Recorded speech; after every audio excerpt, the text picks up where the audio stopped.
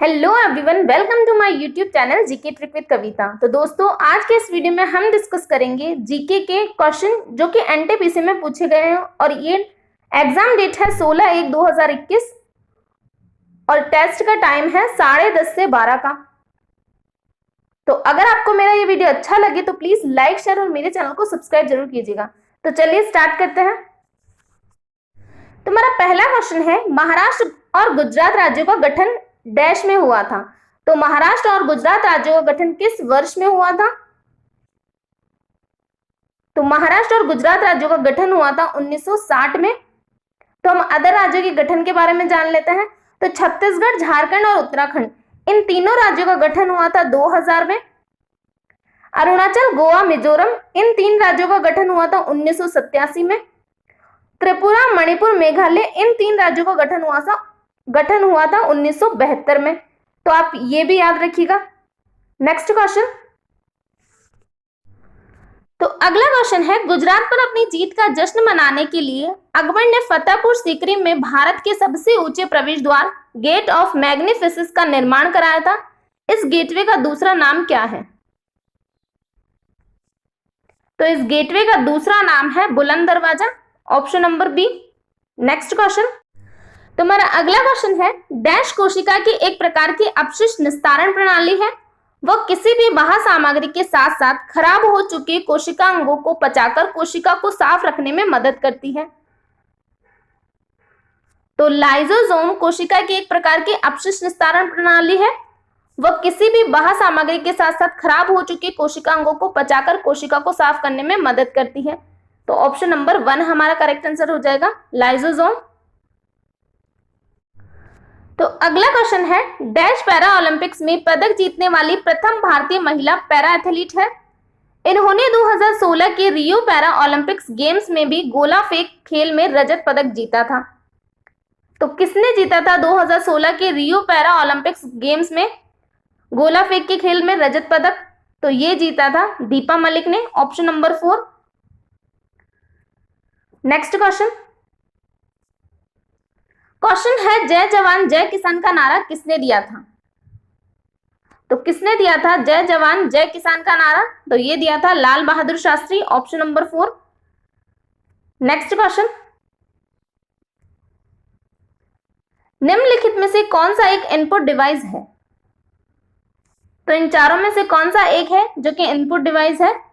तो ये है optical character reader, option number 3। तो अगला क्वेश्चन है, 1752 में किस अमेरिकी वैज्ञानिक ने यह बताया कि बिजली कड़कना और आपके कपड़ों से चिंगारी निकलना वास्तव में एक ही परिघटना है? तो ये बताया था बेंजामिन फ्रैंकलिन ने, ऑप्शन नंबर 4। नेक्स्ट क्वेश्चन है, उन्नत भारत अभियान किससे संबंधित है? तो किससे संबंधित है उन्नत भारत अभियान? तो ये संबंधित है उच्च शिक्षण संस्थानों की मदद से ग्रामीण भारत का विकास, ऑप्शन नंबर 2। तो उन्नत भारत अभियान की शुरुआत 2014 में शिक्षा मंत्रालय द्वारा की गई थी। उन्नत भारत अभियान 11 नवंबर 2014 को भारतीय प्रौद्योगिकी संस्थान दिल्ली द्वारा समन्वित किया गया था और उन्नत भारत अभियान 2.0 की शुरुआत 2018 में की गई। तो ये सभी आप याद रखिएगा। Next question. तो अगला क्वेश्चन है, केवलादेव घाना राष्ट्रीय उद्यान कहाँ स्थित है? तो कहां पर स्थित है केवलादेव घाना राष्ट्रीय उद्यान? तो ये स्थित है राजस्थान में, ऑप्शन नंबर 2।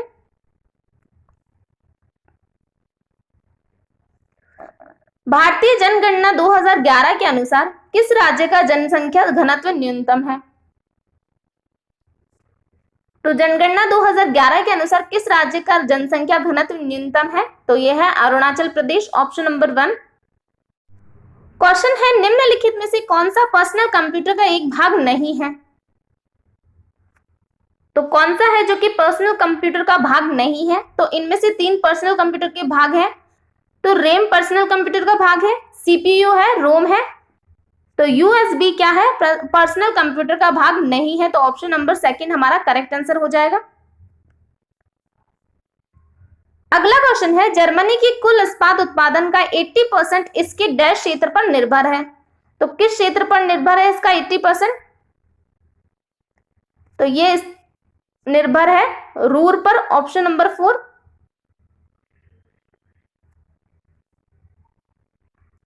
अगला क्वेश्चन है, दक्षिण अफ्रीका से वापस लौटने के पश्चात महात्मा गांधी फरवरी 1916 में डैश के उद्घाटन के समय पहली बार सार्वजनिक रूप से आम जनता से रूबरू हुए थे। तो अगर आपको ये पता होगा 1916 में किसका उद्घाटन किया गया था, तो आप इस क्वेश्चन का आंसर दे सकते हैं। तो 1916 में उद्घाटन किया गया था बनारस हिंदू विश्वविद्यालय का, ऑप्शन नंबर 3। तो यहां पर बात की गई है बनारस हिंदू विश्वविद्यालय की। तो बनारस हिंदू विश्वविद्यालय के संस्थापकों के नाम हम जान लेते हैं। तो इसके संस्थापक के नाम है मदन मोहन मालवीय, एनी बेसेंट, रामेश्वर सिंह और सुंदरलाल। नेक्स्ट क्वेश्चन है, दूरी और समय के मामले में भारतीय रेल नेटवर्क की सबसे लंबी दूरी तय करने वाली रेलगाड़ी है। तो दूरी और समय के मामले में भारतीय रेल नेटवर्क की सबसे लंबी दूरी तय करने वाली रेलगाड़ी का नाम है विवेक एक्सप्रेस, ऑप्शन नंबर 1। तो क्वेश्चन है, भारत के उप प्रधानमंत्री 1977 से 1979 तक डैश थे। तो कौन थे भारत के उप प्रधानमंत्री 1977 से 1979 तक? तो ये थे जगजीवन राम, ऑप्शन नंबर 3।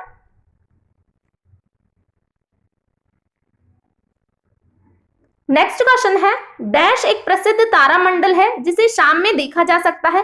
इस तारामंडल को शिकारी द हंटर के नाम से भी जाना जाता है।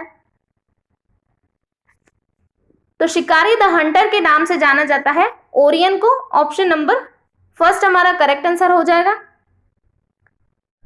तो अगला क्वेश्चन है, डैश को विद्युत ऋणात्मक तत्वों के रूप में जाना जाता है क्योंकि वे इलेक्ट्रॉन ग्रहण करके ऋणोवेशित आयन बनाते हैं।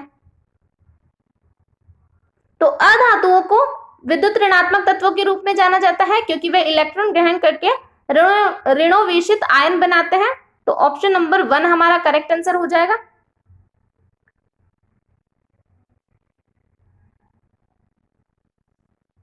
क्वेश्चन है, international court of justice dash में स्थित है। तो कहां पर स्थित है इंटरनेशनल कोर्ट ऑफ जस्टिस? तो ये स्थित है द हैग में, ऑप्शन नंबर 4। इसका मुख्यालय स्थित है नीदरलैंड में। तो इंटरनेशनल कोर्ट ऑफ जस्टिस का मुख्यालय है द हैग, नीदरलैंड में। इसकी स्थापना की गई थी 1945 को। इसका उद्घाटन 18 अप्रैल 1946 ईस्वी में किया गया। तो इंटरनेशनल कोर्ट ऑफ जस्टिस के अध्यक्ष का नाम है Abdul coffee Yusuf, vice president का नाम है जो हनकिन और इसके सदस्य देश है 193 कंट्री। अधिकारी भाषा इसकी अंग्रेजी और फारसी है। तो आप ये सभी भी याद रखिएगा। Next question. तो अगला क्वेश्चन है, 1915 में महात्मा गांधी डैश से स्थायी रूप से भारत लौटे थे। तो कहां से लौटे थे 1915 में महात्मा गांधी? तो ये लौटे थे दक्षिण अफ्रीका से, ऑप्शन नंबर 3। नेक्स्ट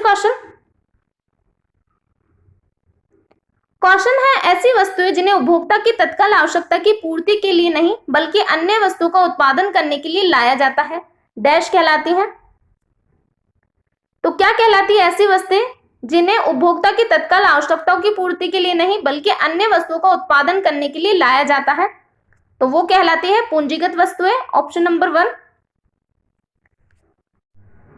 तो क्वेश्चन है, टोक्यो 2021 ओलंपिक मशाल रिले की जापानी शाखा का शुभारंभ मार्च 2021 में जापान के डैश शहर से होना अनुसूचित किया गया है। तो टोक्यो 2021 ओलंपिक मशाल रिले की जापानी शाखा का शुभारंभ मार्च 2021 में जापान के फुकुशिमा शहर से होना अनुसूचित किया गया है। तो ऑप्शन नंबर 4 हमारा करेक्ट आंसर हो जाएगा। तो क्वेश्चन है, संयुक्त राष्ट्र की स्थापना राष्ट्रीय संघ के उत्तराधिकारी के रूप में 24 अक्टूबर डैश को की गई थी। तो कब की गई थी संयुक्त राष्ट्र की स्थापना? तो ये की गई थी 24 अक्टूबर 1945 को, ऑप्शन नंबर 3। कहां पर की गई थी? तो संयुक्त राष्ट्र की स्थापना San Francisco, California, United State में की गई थी। इसके सेक्रेटरी जनरल का नाम है एंटोनियो गुटेरेस।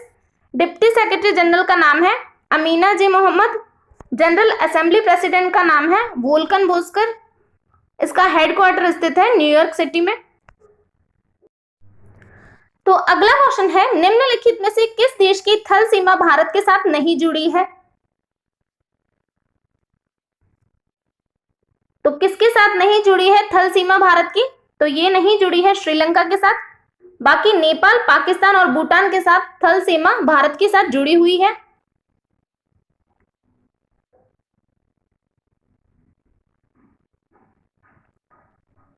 अगला क्वेश्चन है, डैश भारत का सबसे बड़ा और एशिया का दूसरा सबसे बड़ा मिट्टी का बांध है। इस बांध का नाम केरल के राजा महाबली के पुत्र के नाम पर रखा गया था। तो क्या नाम है इस बांध का? तो इसका नाम है बाणासुर सागर बांध। Option number 1।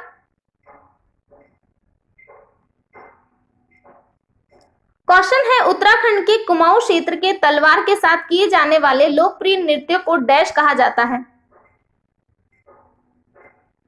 तो उत्तराखंड के कुमाऊं क्षेत्र में तलवार के साथ किए जाने वाले लोकप्रिय नृत्य को कहा जाता है छोलिया। Option number 1। तो अगला क्वेश्चन है, भारत में बोकारो इस्पात संयंत्र की स्थापना 1964 में डैश के सहयोग से की गई थी। तो किसके सहयोग से की गई थी? ये सोवियत के सहयोग से। Option number 3। Bokaro steel plant Soviet संघ के सहयोग से तीसरी पंचवर्षीय योजना के अंतर्गत स्थापित की गई थी। बोकारो इस्पात कारखाना झारखंड में स्थित है और भिलाई इस्पात कारखाना छत्तीसगढ़ में है। तो अगला क्वेश्चन है, इसरो ने चंद्रयान 1 अंतरिक्ष यान को डैश में प्रेक्षित किया।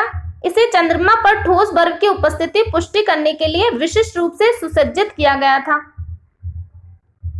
तो कब प्रेक्षित किया गया था चंद्रयान 1 को?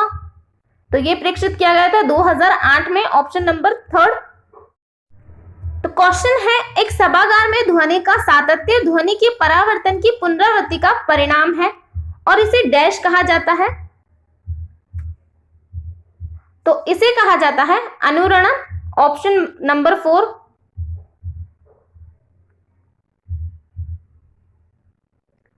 अगला क्वेश्चन है, संयुक्त राष्ट्र का गठन मानव जाति को स्वर्ग में ले जाने के लिए नहीं बल्कि मानवता को नर्क से बचाने के लिए किया गया था।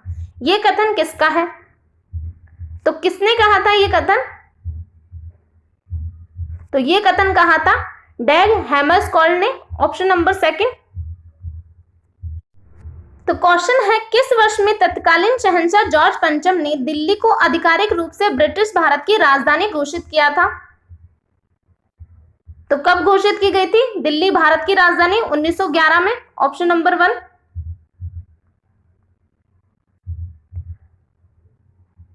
अगला क्वेश्चन है, निम्नलिखित में से कौन सा स्प्रेडशीट का उदाहरण है? तो कौन सा स्प्रेडशीट का उदाहरण है? तो स्प्रेडशीट का उदाहरण है माइक्रोसॉफ्ट एक्सेल। Option number 3। तो अगला क्वेश्चन है, भारत की पहली स्वदेश निर्मित रंगीन फिल्म डैश थी। तो कौन सी थी भारत की पहली स्वदेश निर्मित रंगीन फिल्म? तो इसका नाम है किसान कन्या। Option number 4। Next question. तो अगला क्वेश्चन है, 1916 के लखनऊ समझौते ने नरमपंथियों भारतीय राष्ट्रीय कांग्रेस के उग्र सुधारवादियों और डैश के लिए एक संयुक्त राजनीतिक मंच प्रदान किया था। तो और किसके लिए किया गया था संयुक्त राजनीतिक मंच?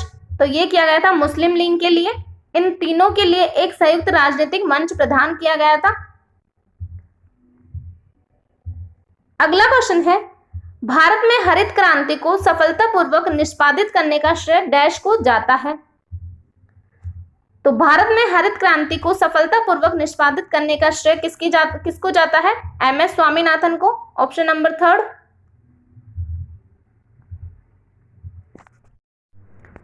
तो ये आज का लास्ट क्वेश्चन है और ये क्वेश्चन आपके होमवर्क का क्वेश्चन है। इसका जवाब आपको कमेंट बॉक्स में देना है और आपको वीडियो कैसा लगा ये भी बताना है। तो आज के लिए